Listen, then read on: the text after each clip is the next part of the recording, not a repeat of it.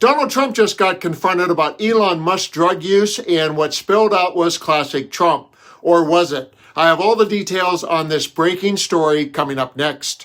The scene was something called Invest America Roundtable, and while there, Trump indulged the press in some wide-ranging questions and answers.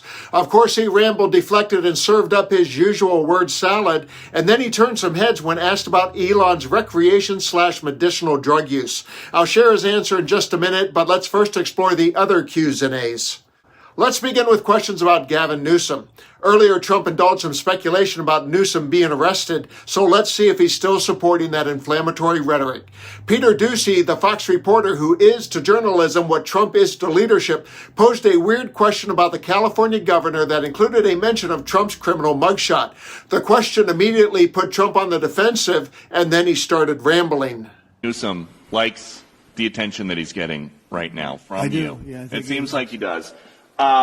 If you look at recent history, somebody who was running for president, you, who got arrested and had a mugshot, you could make the argument that politically that wound up helping you. Are you worried at all at this moment that talking about him getting arrested could be helpful to his political prospects? Because a lot of people think he wants to be sitting right where you are. Well, in my case, it was a witch hunt, and everybody knew it. And I was able to explain that during the process. Otherwise, I wouldn't be sitting here right now. And it was a total witch hunt. It's proven to be a witch hunt, and you see what's happened. In his case, it really is very obvious. You look at what's happened between the fires, I could name 10 things right now. We talk about the trains. We talk about all of the costs in California. You talk about all of the people that are flowing and destroying life for everyone else. So, no, I don't think it's going to help him. I think it's actually very bad for him. In this next clip, Trump rambles on some more, repeating the lie that he turned on the magic spigot that put out the California fires, and then he wisely put out the fire that he started about arresting Newsom. Have a listen, and on the other side, I'll have his comments about Elon's drug use. The biggest change from that statement is we have an incompetent governor. So I talked about governors, but I didn't talk about he's an incompetent governor. Look at the job he's doing in California. He's destroying one of our great states. But you have a governor who let the city burn down, didn't want water to be sent down to him. And I sent billions of gallons of water. I wanted to do it in the first term. He wouldn't do it over, I don't know, they have environmental reasons, but there were no environmental reasons. I think it's just a political philosophy. But it's lucky for the people in Los Angeles and in California that we did what we did. We got it just in time. Yep. And what crime has he committed that would warrant his arrest? What crime has Governor Newsom committed? A crime has he committed? Yeah, to warrant his arrest, as you had suggested earlier. I think his primary crime is running for governor because he's done such a bad job. What he's done to that state is like what Biden did to this country. And that's pretty bad. It's the wrong philosophy.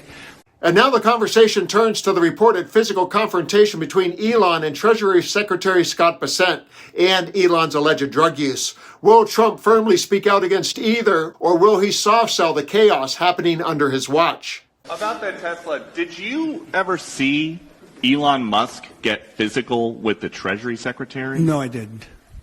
And I tried to They did have an argument. But I didn't see a lot of physicality there. And there was this New York Times report that he did not want to talk about, Elon Musk, that alleged that he, towards the end of his time in the White House, was blurring the lines between recreational use of drugs and medicinal. Do you think he ever had drugs here at the White House? I really don't know. I don't think so. I hope not. Look, I wish him well. You understand. We had a good relationship, and I just wish him well. Very well, actually. What was interesting about the first question is Doocy didn't ask Trump to comment on the physical confrontation between Musk and Bessent. He asked him if he saw it. Doocy knew the answer, and by framing it that way, he gave Trump a clear path to say no and move on.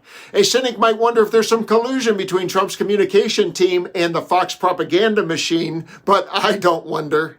And then there was the question about Elon's drug use, and Trump's answer was, I don't know. Maybe he does, maybe he doesn't. But what we know is Donald Trump has long used the phrases, I don't know, people are saying, we'll see what happens, and maybe it's true, maybe it's not, as shields to avoid accountability. It's a deliberate strategy to create just enough distance to deny responsibility if something backfires. He used it when asked about his tax returns, about Barack Obama's birth certificate, when he was asked to condemn white supremacists, when he was asked about QAnon conspiracy theories, and with Project 2025. He often boasts about being the smartest person on any topic, but his true superpower might just be playing dumb.